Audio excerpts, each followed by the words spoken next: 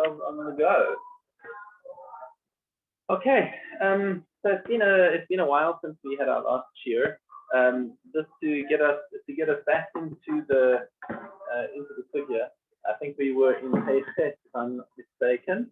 So we managed to open up in time.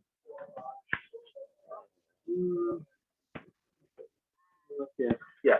So right. So we were talking about people who were people sitting at the same table eating meat and milk together. I don't want to dwell too much longer on it because we just spent enough time on it last time. Just want to summarize where we were. We said that the basic halacha is that you can't have people sitting at the same table eating the opposite time. You can't have meat and milk on the same table. The concern being that somebody's going to forget themselves and eat something of the opposite time. Okay. So there were certain criterion that we said if there are people who are in an unfamiliar setting, that there are two travelers who just don't know each other and they happen to be sitting at the same table just for convenience but they would never dip into each other's food, that it wouldn't be done. So then it would be okay for the one to pull out meat and the other to pull out milk and sit down at the same table. Another heter is if one of them is a goy and his food isn't kosher. Okay, because you wouldn't need the goy's food at any point. You immediately. So the expression we used was bedili minay, that a person is cautious about is like you immediately flinch at the sight of the pork pie over there, or even if it's not a pork pie, even if he just got his cheese sandwich. You don't have to eat his cheese sandwich. Okay. It's not the case when it comes to Jews. And we went there. There were some edge cases where if what happened with their brothers, but they're angry with each other, and there was much focus about these points.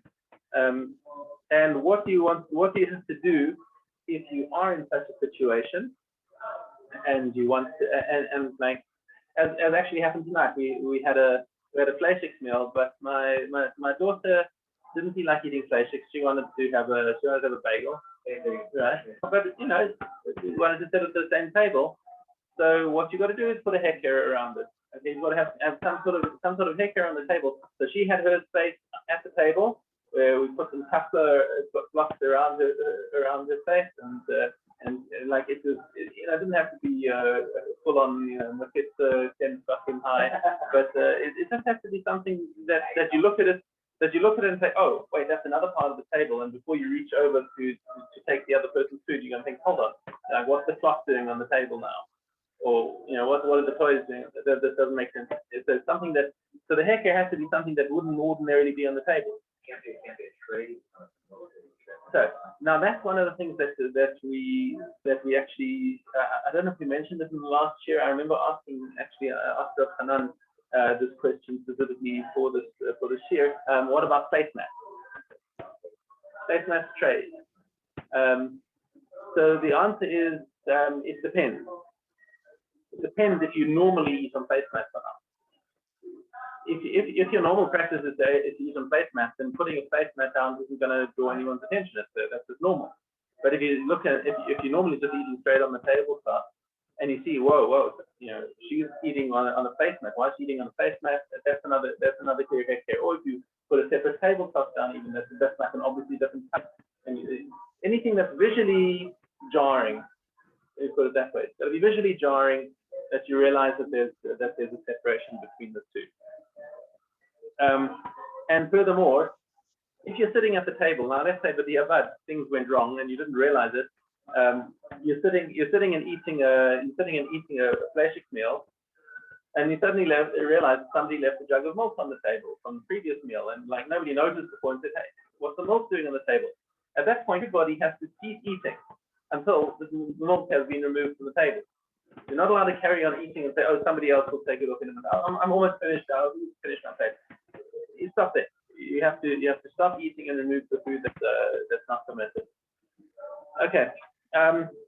In terms of review, I wanted to maybe just test your knowledge on this because there's some interesting questions at the end of the that came up from Hanan's shiurim. So I'm going to ask these questions to the crowd and see what you say to these shilas. So first shilah: is it mutar for two people to eat at the same table if one eats milk and the other eats meat on different placemats? Oh, okay. So we just spoke about that. Okay, so we just spoke about that. I want to make you answer it again because the placemats are not enough unless they are not usually used. So this is the cycle of the Badei Shulchan. Okay. Next question: can I eat at the same table as a non-Jew without a hekter? Right, we just said it's okay. Okay, as long as the non-Jew brings food cooked in his home, there's no problem. However, if the non-Jew is eating kosher food, right, and you have a friendly relationship, then it would be usher. Right, I mean, like let's say, he says, hey, I just went to the kosher restaurant over there. They make the best beef on the rice sandwiches, and you're sitting there with your cheese sandwich. Okay, so then it's not if you're friendly with him, then you've got the same problem. Okay. Now, what happens if I eat milk at one end of the table and another member of my family eats meat at the end of the table? Do I need a heker? Yaakov says no. It's not within reach. Any other answers? Do you agree? Yes. Yeah. Right. That's correct. The heker is not. If they're out of reach, then once again you don't have that concern that you're going to forget yourself. By the time you've gotten up and walked over to the other side of the table, you're already done. Okay. Now, what about taking raw meat on the table while I'm eating milk?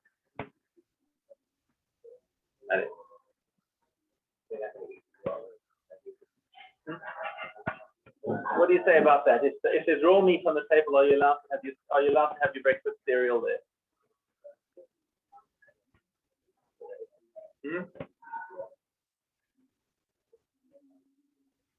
Okay, I would say yes.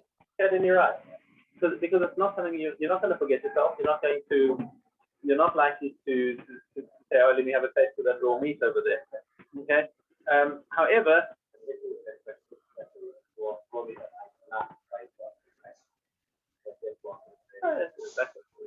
like somebody just came home from the supermarket and dropped a fresh chicken, a fresh uncooked chicken on the table while you're sitting eating the breakfast.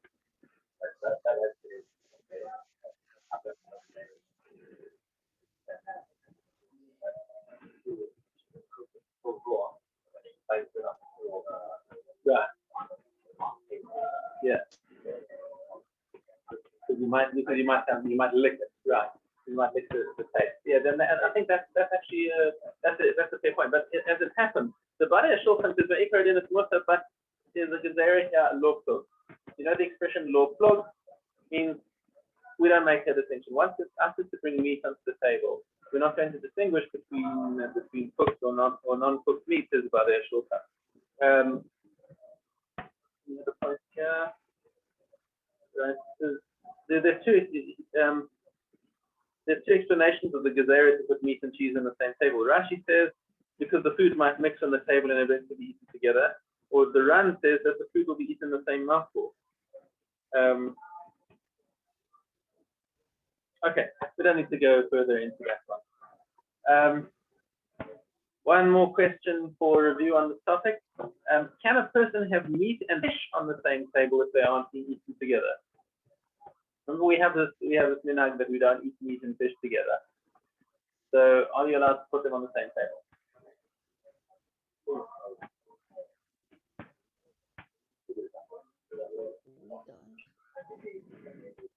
So we normally know it's not up there. Right. Now, this interesting is because the reason given for not eating meat and fish together is because of fun. And so, right, so there's more severe then. On the other hand, it's not really a sakana. I mean, Anan Zahadi, people who aren't from non-Jews eat meat and fish together. Nobody has ever come down with any sort of ailment because of eating meat and fish together. It just isn't the same. So I suspect that the thing about meat and fish is possibly it might be something Kabbalistic, and they told the common man that no, this is dangerous. That it may be something from Kabbalah. Whatever it is, we keep the halacha. But nonetheless, look, I think the consensus is we still keep that. We don't eat meat and fish together. And that's Ashkenaz and Sephardim, everyone holds that about that. The only thing that Sephardim are different is that have milk and fish together. On the table together. On the table together. So now ideally one should take it all. You're asking the question. So if one person is eating meat at the table and another person is eating fish, is that okay? Okay. And the Kaf HaChaim, it says that you need a hekher. When you have Kaf HaChaim, he's the primary posik of the Sephardim. Okay. He says that you require a hekher, but the minhag is to be Michael when you don't need a hekher. Okay, it's not. He has one of these cases where we are more but some of them are with Russia and Dagin. Okay, that's enough on this topic. Let's move on to our next topic, which is about waiting between meat and milk. Okay, so here we are in the Shulchan Aruch. We're starting a new perek over here, new siman, Paiteh, that we don't eat, that we don't own. Literally, the heading says not to eat cheese after meat. Okay. Achal basar afilu shel chaya ba'of. If somebody ate meat, even if it was from venison or from a bird, poultry, lo yochal gavina acharav. You're not allowed to eat cheese afterwards. Ad sheyesh sheish shaot. So here the Mechaber says 6 hours. So and even if he waited for the full 6 hours, and then he picks his teeth and finds a little chunk of meat in between his teeth. Okay, he still has to pull that. He has to pull that out. It doesn't restart his clock, but before he can eat any multik, yeah, you got your toothpick over there. Yeah, okay. But before he can eat any multik, then he has to let his teeth are clean. Okay. And even if, let's say, you've got I don't know if anyone does this nowadays, but let's say you've got a mother wants to make the meat stop for her child, so she gives it a little chew, and then pulls it out and gives it to the child to eat. I mean, I'm sure we all do this for our children, right? Okay, so let's say somebody does this. That also means you've got to wait 6 hours. Yeah, we're going to go into reasoning in a minute. I'm just going to read you what the Shulchan Aruch and the Ramah have to say on the subject, and then we can and then we'll dive into more of the reasoning. I need now.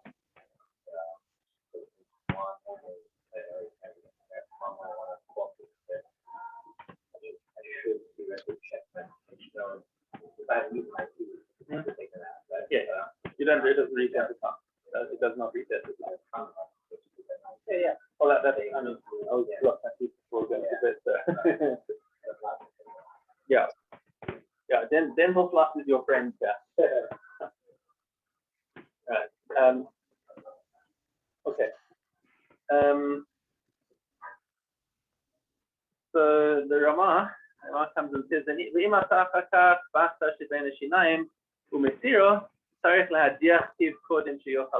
Ramah adds that if you did pick your teeth, floss your teeth, and find a chunk of meat inside it, you still need to wash your mouth out again after that. You don't have to wait any longer, but you do have to wash your mouth out before you top it. There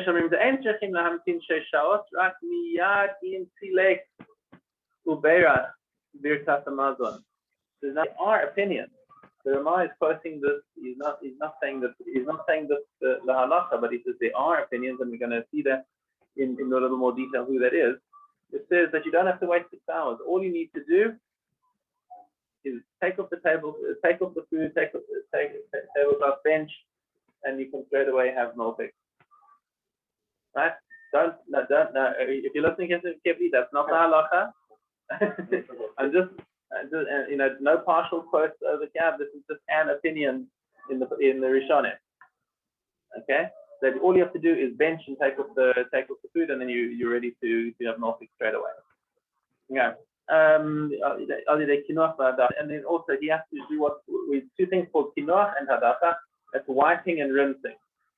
Okay, wiping and rinsing is generally you do it by eating and drinking something parva. So it's eating something that will something solid that will scrape off the remnants of flesh from your mouth, and then a liquid to wash it down. Okay. במנהג הפשוט במדינות אלו להמתין אחר אכילת הבת שעה אחת ואוכלים אחר כך גבינה. Right? He says the minhag in our lands over here, the common minhag, when it says the minhag pashut, pashut doesn't mean simple, it means pashut, it's pashet, it's something that's spread out, a widespread custom. The minhag pashut is a widespread custom. Okay. minhag pashut במדינות אלו להמתין אחר אכילת הבת שעה אחת, 1 hour. The Ramah. Okay? Ramah is 1 hour. ואוכלים אחר כך גבינה. And then after this, you can have your milk. However, you do need to bench. You can't have the milk after the flesh at the same meal. Okay. As his suda aseres, because then it's like a new suda. Which then you're allowed to eat that according to those who are who are more lenient about. Below Birkat Hamazon, without benching, lo mahani hamtanat sha'at. If you didn't bench in between, then waiting an hour doesn't help. And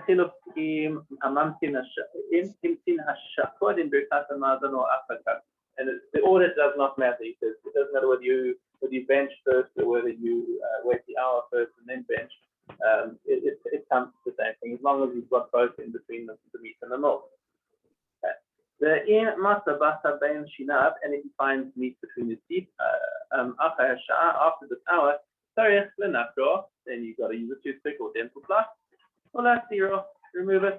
The yeshamrim the ain le marech birkat hamazon al menaseh kol gevina. And there are those that say that you shouldn't do this lechatchila and say, okay, great, I've finished my meat and now I'm going to bench now, finish off my meal, and then I can have my ice cream for dessert. This is not a good idea. Aval ein nizharin b'zeh, but people aren't careful about this. And then in the last sentence of his comments on this point, the Ramah says, nonetheless, there are those who are more medactic or more particular about these things, and they say to wait 6 hours, okay, after eating meat before having milk. This is the proper thing to do. Okay. What is the reason for 6 hours or 1 hour?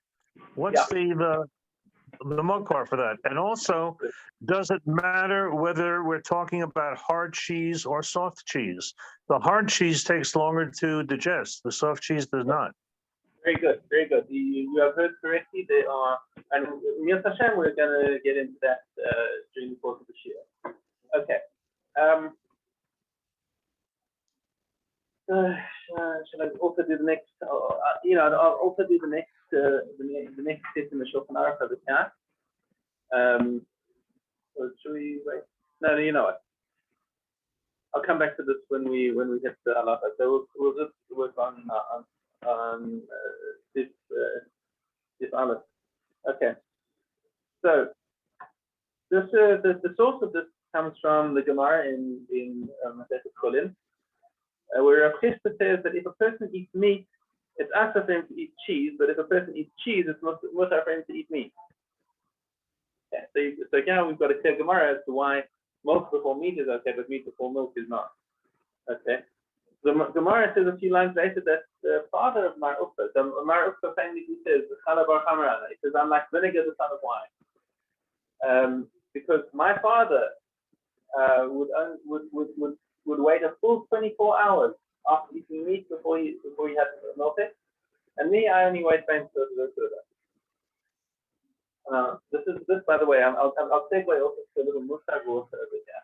That my Rosh Hashiva Zatzal, Rabbi Goldstein, said what is incredible about Mar Ukva. Why is he saying this thing? The statement is inexplicable. What? Does he think that keeping 24 hours between meat and milk is a good thing? Well, clearly he does, because he's praising his father for the fact that his father kept 24 hours. Okay, so if he thinks it's a good thing, why doesn't he do it? Yeah, what? Because he just couldn't do it. But this is Mar Ukva he's talking about. He's an Amora. He's only one generation off from his father. What? That he couldn't do it. So if he thinks it's such a good thing, why didn't he do it? So the Rosh Hashivas have told that this is what this is teaching you is that when you have a chumrah, you got to be very careful that you're on the level to be keeping that. Because it's clearly a chumrah of his father. It wasn't the basic halacha. If it was the basic halacha, he would keep it. So why did he realized that he was not on the same spiritual plane as his father. So what? I'm going to be a monkey and just copy what my father does because that's what father did. You got to know where you're holding and what chumras are appropriate for you. And if you're on that milah, great, you do it, but don't be pretentious and say, "Oh, I do this because of the family." You've got to know what's appropriate for you. That's all my kids want to share and also. Right. So then it is, chumras come along with what's called yuhara, arrogance. Certain arrogance. We say, I keep a chumrah you've never even heard of. Older than that. Yeah, exactly. Okay. So that's a little digression over here. So at any rate, back to our source. This is Mar Ukva, and this is our source in the Gemara where we see that Mar Ukva keeps ben suda only from one meal to the next meal. Okay, so now this is where we have this split of what is the definition of from one meal to another meal. Okay.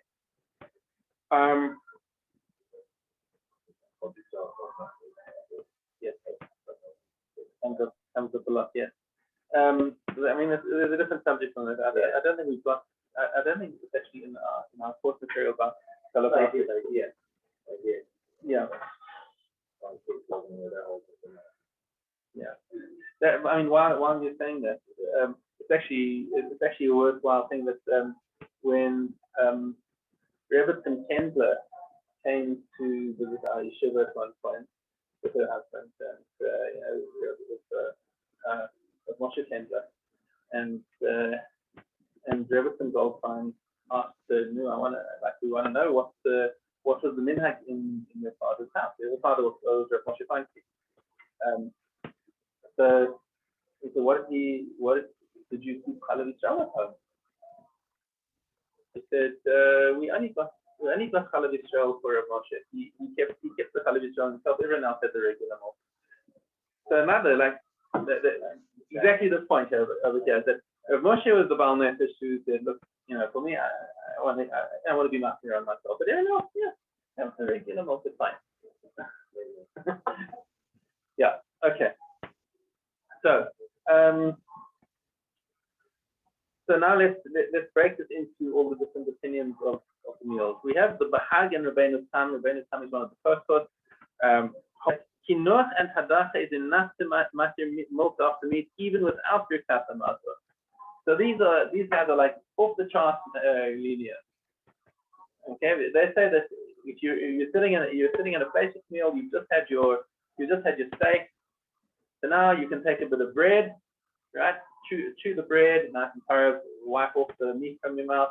Have a swig of water around your mouth, and now you're ready to have your ice cream after this, your milky ice cream. Okay.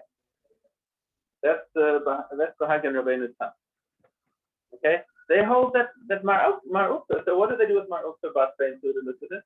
Mar Ukta was saying his own minhag. It's not la halacha. And we do have that. That's not a completely wild sort of thing. You do have cases in the Gemara where people will say that his practice was, for example, Rabbi Pinchas ben Yair, his practice was never to eat from anybody else's food. That's not the halacha. Plenty of people eat from each other's food and do eat from each other's food. He just never wanted to have anybody else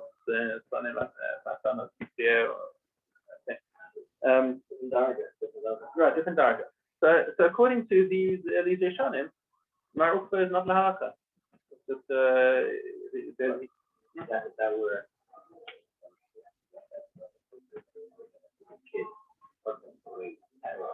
right away.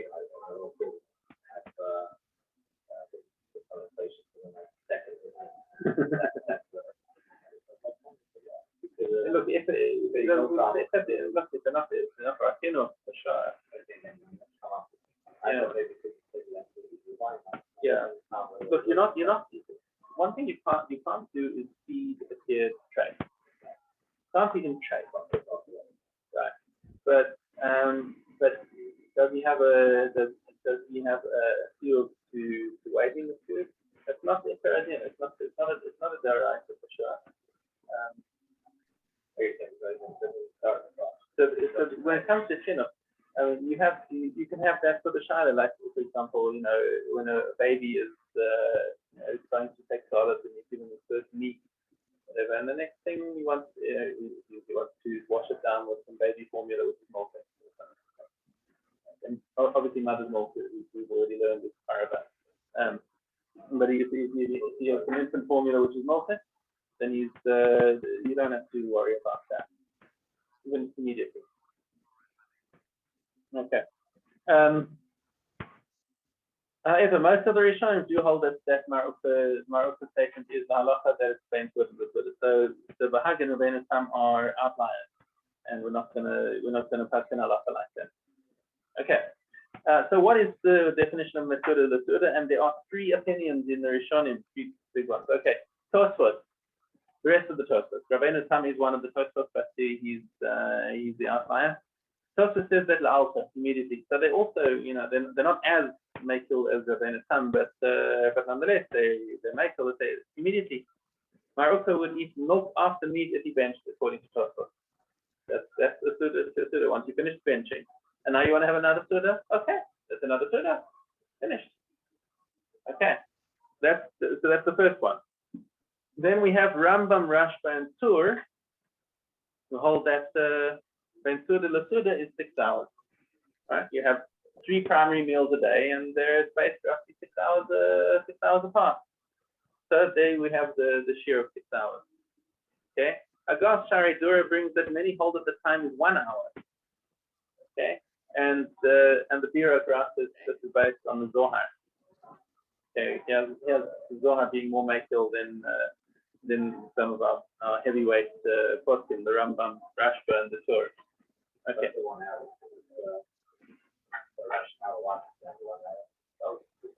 So yeah, so this is the graph is the 1 hour idea is based on Zohar. I don't have a source in the Zohar about. Yeah. But if you know the graph, he's not going to be talking about the Zohar. He may be just commenting on that opinion. Okay. So right. The place he says the machlokes is based on whether we start this time from when the food begins to digest or from the time the food finishes digesting.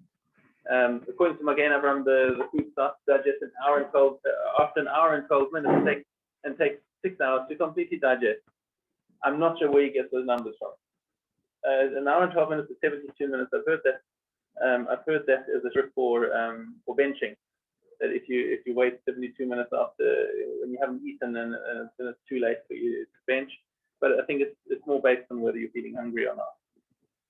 But 72 minutes would be kind of a rule of thumb. So if that's right, so if it starts to digest after an hour, 12 minutes, I don't know. I don't know how the parallel works there. Okay. So now cheese after chicken. Okay. So Igra is the father-in-law of Rabbi Abba, who uses the word apikorin. He says that chicken and cheese are eaten by apikorin. Now, this is another common word. What does it actually mean? Rashi explains apikorin means derech hefker, means haphazardly. Now, in other words, without kinuat and hadacha. With kinuat and hadacha, again, that's whacking and rinsing. Okay. So the Beis Yosef brings that the Rishonim will hold that Igra permitted cheese after chicken and even after batachaya venison. Because remember, the only meat that's eaten in a Torah is beef from a back. Okay. However, the Beis Yosef says that the Rambam holds that the Gemara is talking about chicken after cheese, and derech hefker means that one does not need to do a kinnah or wash hands, and that the order was not after. The order was mixed up specifically. That the only leniency says Rambam about the case of chicken after cheese is that you don't have to be as much about wiping and cleaning your hands afterwards, because maximum you're going to have poultry afterwards, which is not as severe. Okay, so Lamase. There's also the 3 hour. There's also a 3 hour shear. Where is that? Anyone mention it here? No. So the 3 hour is actually a sort of is a Yekisha custom. I think from Frankfurt am Main, the German Jews often have you'll find people who have a 3 hour waiting period. I think it's based on Ben Suda and the Suda being that they have sort of tea in between, or whatever, some sort of snack meal in between. That was the custom of their place, and therefore they would do 3 hours between. 1 hour. Yeah. Yes, that's what I know. I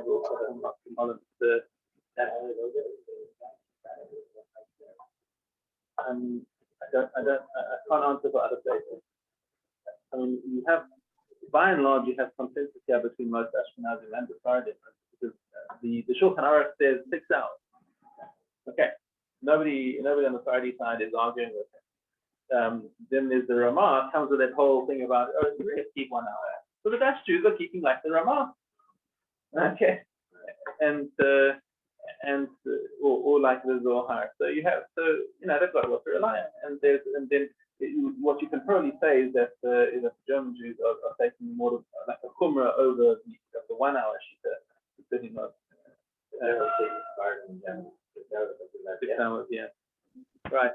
So the Mechaber holds that one should wait 6 hours, and the Ramah says that the minhag was to wait 1 hour, but it's proper to wait 6 hours, as we saw inside. Okay. So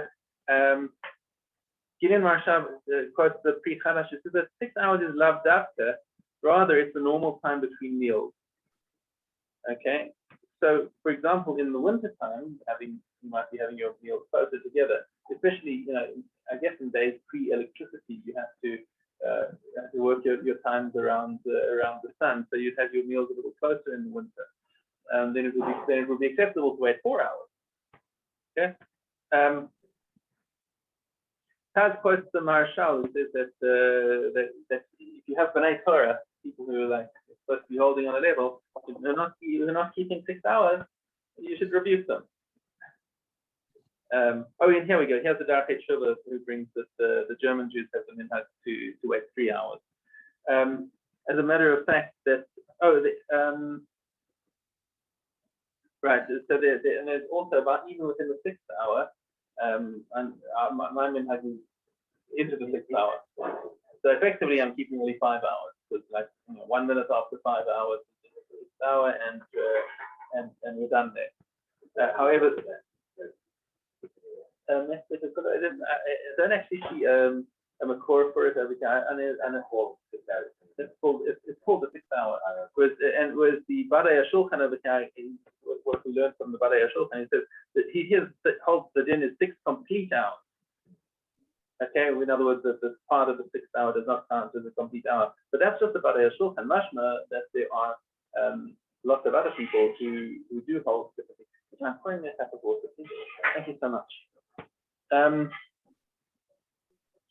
Okay, so now getting into the reasoning of why do you have to wait? So there are two reasons that we have to wait between meat and milk. Okay. That the taste shouldn't mix in the mouth. Okay, so according to the Rambam, reason why a person must wait is because of the meat that's between the teeth. Okay, and there's a passage that he bases this on, which is from Kibbutz Hatava. Kibbutz Hatava in the Midbar, when they were complaining about the food, and then they had all the quail that they were coming in, and says, as they were eating, and it says term Yikra, when things went wrong and people started to come. Okay, but it's called Basa Bein Hashinayim. So because there's an expression there, Basa Bein Hashinayim, that means that whatever's between their teeth is still called Basar. Okay, it hasn't lost its status as Basar when it's between the teeth, but that's the lambdas of it. Okay. Ironically, it's not talking about Basar, it's talking about bird. Right, there's the quail's glove, which is also a curious thing that more isn't made of the fact that this is called butter, so maybe we should be holding that poultry is also butter. But I mean, we have all the other numbers from River and before. Why is that bird meat is not considered meat as far as butter the halal is concerned? Okay, I don't know. I'm not sure from the bar.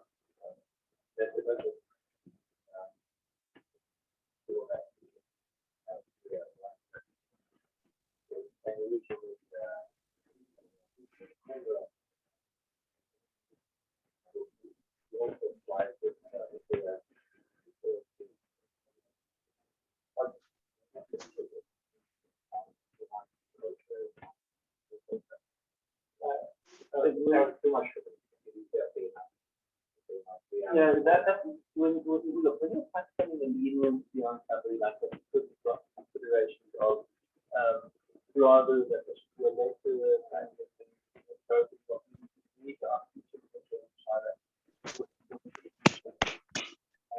They kind of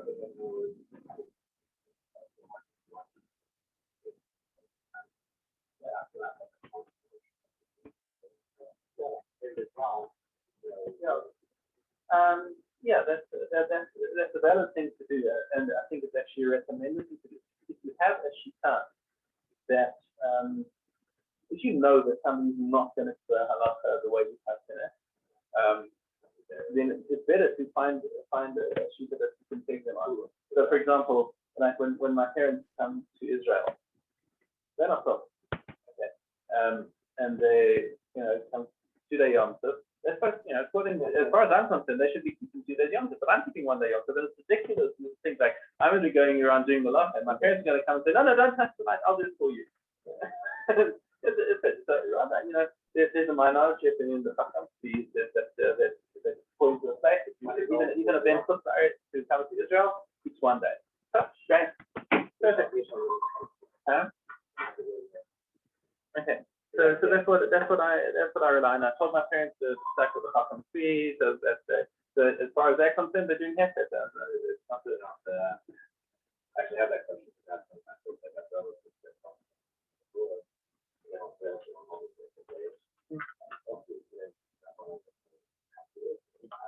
And then they call me long after the bomb. Yeah. Okay.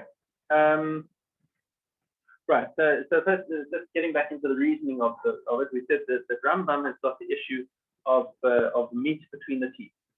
So as long as it's called meat between your teeth for 6 hours, or bein suda le suda, let's just say. whatever your definition is, according to the people who say that 3 hours, and someone does that 1 hour, it's 1 hour. I think, although I think the Rambam himself says 6 hours. Okay, so if the meat is still between the teeth, then you have meat in your mouth at the same time as you're having milk, which is problematic. Then according to Rashi, Rashi on the Gemara says that the reason to wait is because basa is moshech tam. It's got a strong taste, and once it gets into your food pipe and whatever, it's fat and it tastes and it repeats on you and whatever. So you've got the taste of meat in your system for the space between two servers or whatever, however you define that. Okay, until the food is finished digesting, it leaves a taste in your mouth. So now we've got two opinions in this, and there are multiple nafkaminas, differences in halacha between the two. Can you think of any differences between the two when one would say muta and one would say asr? There are some ideas of when the Rambam would give a different stat than Rashi.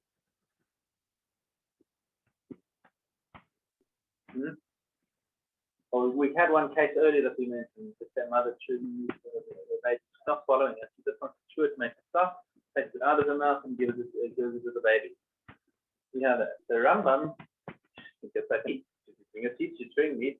The problem. Rashi says she never swallowed it.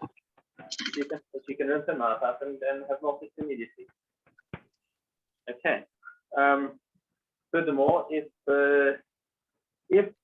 meat was found between the teeth after 6 hours, I remember Rambam is saying that it's only called meat for 6 hours. After 6 hours, not meat. Disappeared.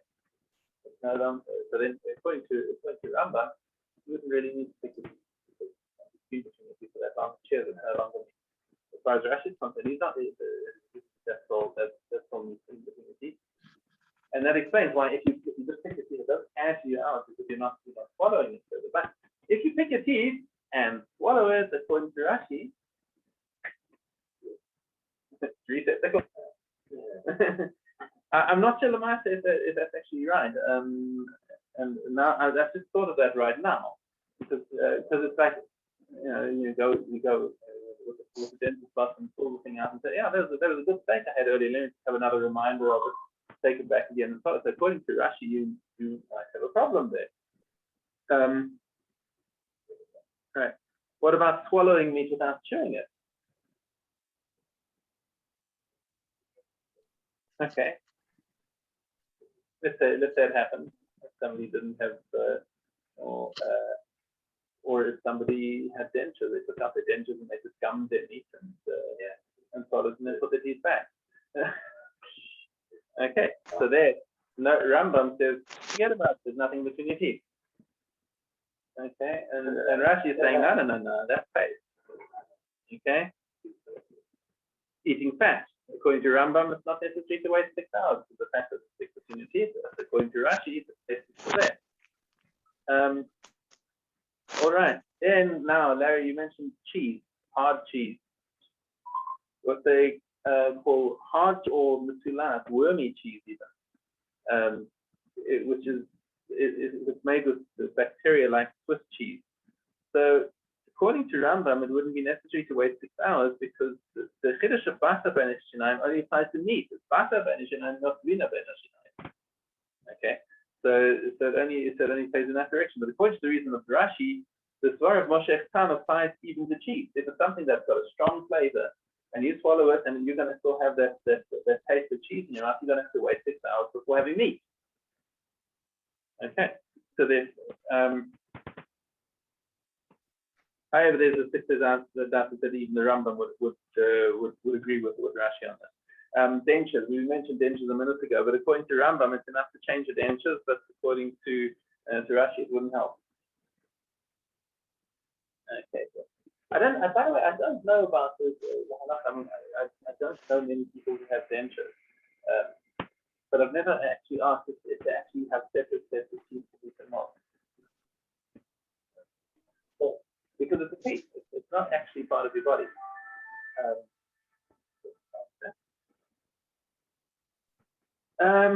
Okay, and flossing teeth, according to the Aruch HaShulchan, the Rambam holds that teeth can be eaten immediately afterwards, but according to Rashi's reason, it's necessary to wait 6 hours.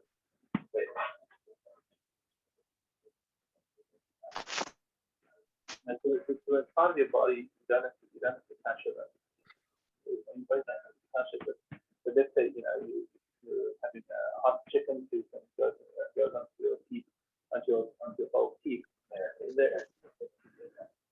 Yeah, so interesting question, but I actually don't know what the halacha is for the answer. Okay. Lamaite, we're kosher for both Rashi and Rambam.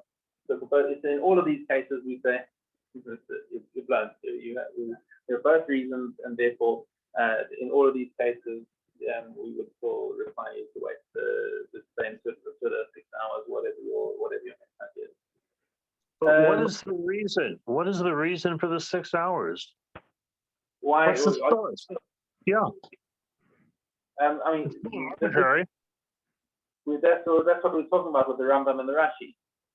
Rambam saying because you've got meat in your teeth, you may have meat in your after 6 hours.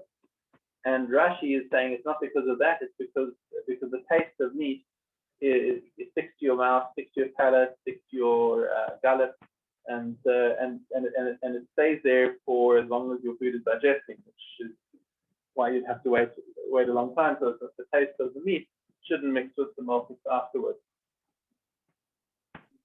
Does that answer your question, or are you asking a different question? No, it answers it, but not to my satisfaction. No.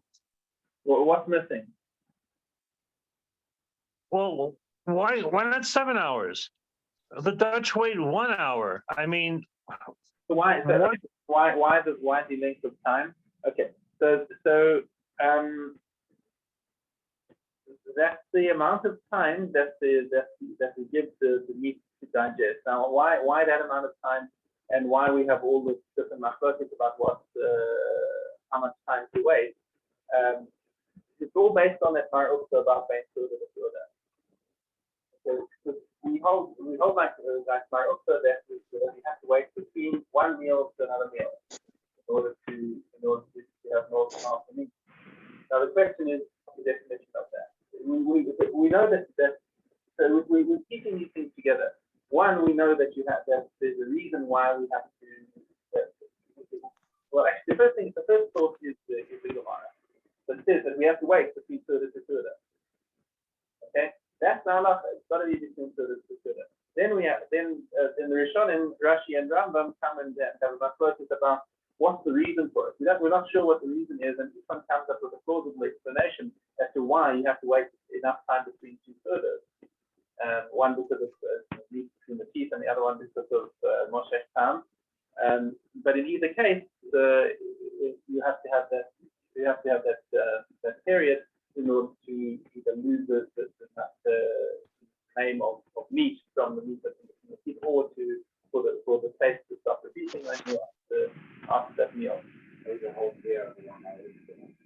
Yeah, and they turn it in as the Ramah said, so the Shulchan Aruch is happened to the Friday, because it's all 6 hours, and they turn it in the Ramah is 1 hour is enough. But the proper thing to do is to keep 6 hours. Okay, I think we're going to have to stop at this point. There's a few more points on this which we can pick up on next week, but come with more questions. You feel free to send questions into the WhatsApp group as well if you want to take that further. Okay. Yes, sure. Thank you. Pleasure. Thank you, everyone. We're all in person next week. Okay. Laila Tov, everyone. Laila Tov.